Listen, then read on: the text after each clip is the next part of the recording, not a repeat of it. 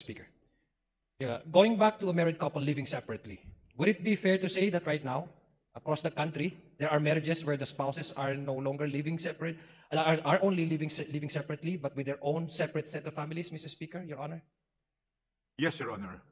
But the general rule, the general situation of married couples in the Philippines is that they are loving and enduring in their marriage, and these happy marriages do not need a divorce law. The divorce law is being enacted in order to liberate spouses, particularly wives, from a toxic and broken marriage so that they can have a second chance at marital bliss, or to be freed from a strained and destructive relationship. That is the very essence of a divorce decree. Thank you, Mr. Speaker. Mr. Speaker, right now across the Philippines, it's a matter of fact. Although, Mr. Speaker, I don't have the exact statistics, but there are cases wherein couples are only married in paper, but they're living separately and having their own separate partners together.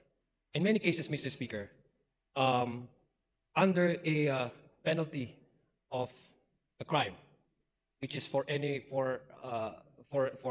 filing of a suit like bigamy and concubinage. Mr. Speaker, in most cases, the purpose, Mr. Speaker, of this law is presumably, Mr. Speaker, intended to keep the marriage together, to keep the marriage intact. But there are cases where this is being used as a way of acting on a personal vendetta, which is not the very purpose and spirit of the law. It has become, for some, the weaponization of the law, extortion in many cases, filing for bigamy when both spouses have no longer love between each other, Mr. Speaker. So would the gentleman and the statesman from Albay agree with me that in cases where there are couples no longer love each other, do not see themselves as continuing the marriage and living under the roof, but having happily enjoy the company of partners, Mr. Speaker? Would that be, Mr. Speaker, Mr. Speaker, like a sort of taliin sila sa isang bagay na hindi naman nila gusto? In most cases, Mr. Speaker, ginagamit po yung batas magiging weapon para i-retaliate or ano bang tawag dito sa Tagalog, magiganti sa partner to a point na medyo may aspeto po ng extortion sa mga bagay na ito. Hindi ho ba ito taliwas doon sa batas na ininanais nito para lang ma-intact yung marriage, but rather kumbaga opposite sa interest ng batas na yun kasi nagagamit nawi-weaponize na nga po ang batas, Mr. Speaker? Itong ating panukala on absolute divorce ay hindi pinapayagan na i-weaponize ang batas. Unang-una, kailangan merong basihan ang pag-file ng petition for absolute divorce. Hindi benggansa lamang ang kailangan umiral. Merong tunay na basihan. Kaya't marami tayong grounds for divorce. At dito lamang pwedeng i-anchor yung petition for divorce. Pangalawa, iniiwasan natin ang pag-abuso ng batas sapagkat yung state prosecutor ay binigyan ng karapatan mag-imbestiga kung ito bang mga spouses na to ay nagmumuro-muro lamang upang mahinto na ang kanilang pagsasama through divorce. At kung merong collusion, yan ay pinagbabawal at malaki ang parusa. For collusion, ang parusa ay 5 straight years of imprisonment and 300,000 pesos fine. At ang pangatlo ay pinagbabawal natin ang mga tinatawag na quickie divorces or no contest divorce o itong tinatawag na notarial or email divorce.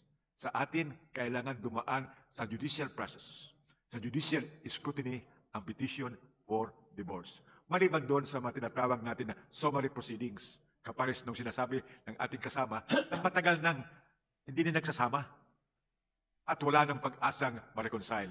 And under the bill, at least 5 years separation, in fact, with no chance of reconciliation, ay iyan binibigyan ng summary proceedings. Kung ang mag-asawa ay legally or judicially separated under the family code na 2 taon na, eh sila ay pwede nang magdiborsyo at pwedeng merong karapatan mag-asawa ulit. Sapagkat ito ang pagkakaiba ng legal separation sa divorce. Sa legal separation, yung mag-asawa judicially separated ay hindi pwedeng mag-asawa ulit. Eh, ano nangyayari?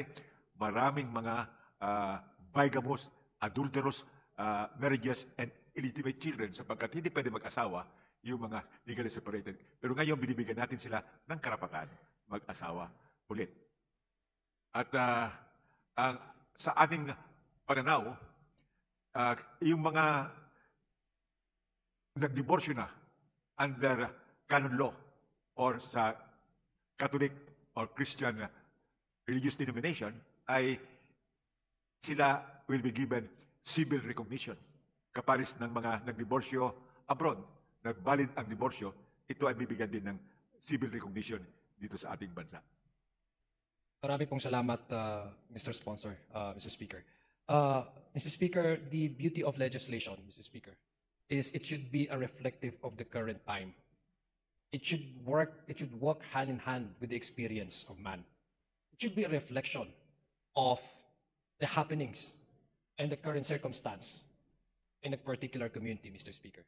Kaya para po sa akin, itong piece of legislation na to, panukalang batas na ito ng ating butiking congressman galing po ng 1st District ng Albay, ay hindi po siya para sirain ang matagal ng patay. Ito po ay paraan para mabigyang lunas ang problema. Dahil may problema po tayo sa may nangyayari pong problema wherein the couples no longer love each other. In fact, may mga couples po, Mr. Speaker, na ayaw niya makita ang isa't isa. Na ipagsabay mo, tumira sa isang bagay, ay baka isa sa kanila ang mamatay.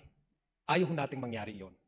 May mga cases po ng mga abusive relationship. Nasa karamihan pong, in many cases, Mr. Speaker, it involves women.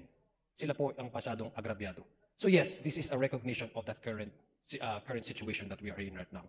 Ito po ay isang paraan para mabigyang lunas ang matagal nang ayaw nating tanggapin. Na para bagang allergic tayo masyado pag ang pag-usapan ay divorce. Pero inaalaw naman po ang absolute annulment sa batas. Mr. Speaker, are there any instances, Your Honor, where a couple who is happily married suddenly applies for a divorce or annulment, Mr. Speaker?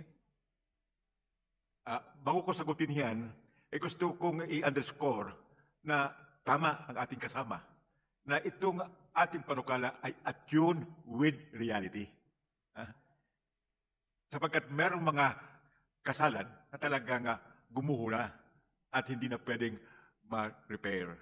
Kaya madalas kong sabihin, yung institution of divorce emerged most probably subsequent to or almost contemporaneous with the institution of marriage.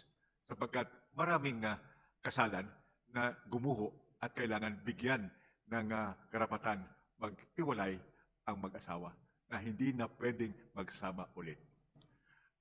Ngayon, doon sa tanong ng ating kasama, pakiulit lang ho yung tanong. Yes, bago ko lang ulitin ang tanong, I think ito pong nangyayari, tama po, just to re-echo the sentiment of the good gentleman from the 1st District of Albay. Mr. Speaker, if we continue on forcing these couples just to pretend that they are married when in fact they no longer love each other, that to some extent they hurt each other by their mere presence, Mr. Speaker, just so that they can secure on paper their marriage, is to me a bastardization of marriage in itself. So, if we are to ask the good gentleman, because I was listening to his response yesterday, was there any instance where a happily married couple suddenly applies for annulment? Dito sa Pilipinas ho ay hindi mangyayari yan. Tama po.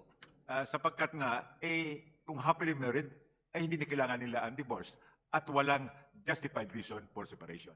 Ngunit sa ibang bansa, kapares ng Estados Unidos na recognize ang no contest divorce, merong magandang pagsasama na yung mag-asawa ay nag-a-apply ng no contest divorce upang sila ay malibre na from one another, from each other. Pero iyan ay hindi mangyayari sa Pilipinas sapagkat pinagbabawal natin ang ganon na paghiwalay o pagdiborsyo. Tama po. I agree completely, Mr. Speaker, because this bill is not for those happily married. Tama po yung sinabi, just to paraphrase the statement of the good gentleman from Albay. This is not for the happily married couple. This is, Mr. Speaker, because a happily married couple, if there's a conflict that occurs, they resolve it even when the conflict is brought out, or even the topic of divorce is brought out, already settled. Marami po sa atin dito ang happily married sa kamarang ito. So it would be impossible na kung happily married ay suddenly mag-a-apply siya or para sa kanya itong divorce, because it is against the very nature of man. If you're happy, then you're no longer seek anything that would overturn that happiness. Hindi ho ba? So sa makatwid, Mr. Speaker, ito pong divorce ay intended only for those marriages na wala na pong pag-asang mabuhay muli. I re-echo the statement of the good gentleman because it has to be emphasized again and again na hindi ho ito isisira ang pamilya. Rather, this is an acceptance of a reality where couples no longer live happily. And that where couples abuse each other, and to some extent, and generally, Mr. Speaker, the victims are always the women. Wala pong study where a happily married couple files for an annulment under this current law that we have.